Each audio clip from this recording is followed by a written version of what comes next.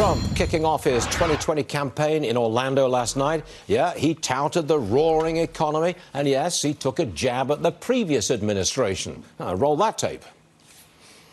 Remember the statement from the previous administration? You'd need a magic wand to bring back manufacturing. Well, we'll tell Sleepy Joe that we found the magic wand.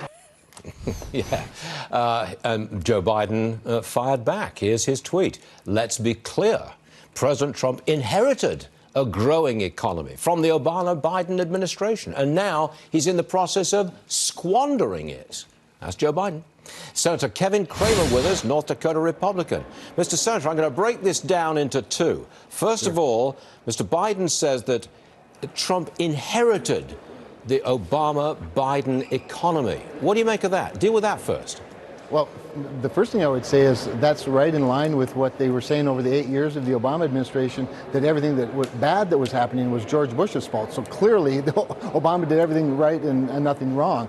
But let's also remember, the president inherited high taxes and lowered taxes. The president inherited an unprecedented amount of regulatory burden, which he has greatly reduced. These things resulted in this great economy. And by the way, when it comes to manufacturing jobs and other things, I know a thing or two about energy jobs and energy dependence and energy security and energy dominance. And this president has made a very concerted and successful effort to make America energy secure and energy dominant.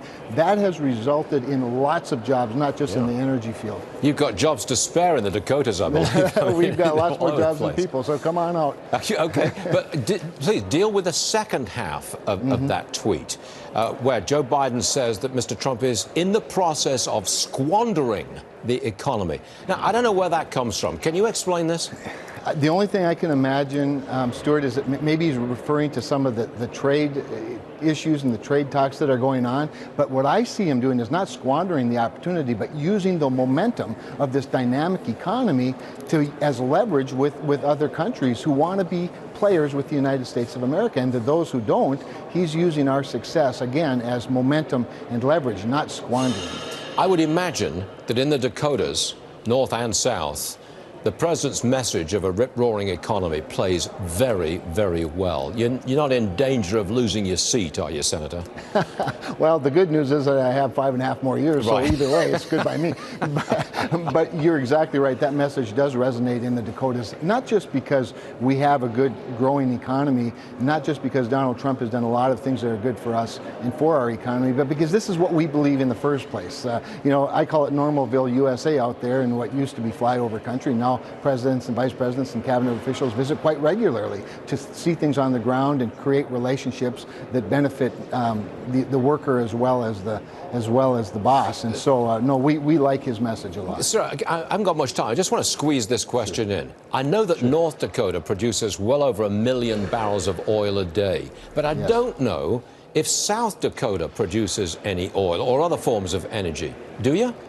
Well, the only way South Dakota can produce oil is if they suck it out from under us. And so we don't, you know, this horizontal drilling thing's going a long ways, but we do not let South Dakota take our oil out from under the ground. They do have a little bit of oil in the very northwestern part of the state, the more traditional wells, but I don't know that anybody's producing it because the Bakken in North Dakota is so rich, so accessible. It's, you know, the technology's been so perfected that it just gets more and more productive and less expensive, frankly, to get every day. That's why we're enjoying such tremendous success. That is a great American story, I gotta say. Senator Cramer, thank you very much for joining us, sir. Very important. Thanks for the opportunity. My pleasure. Yes, Bye-bye. sir.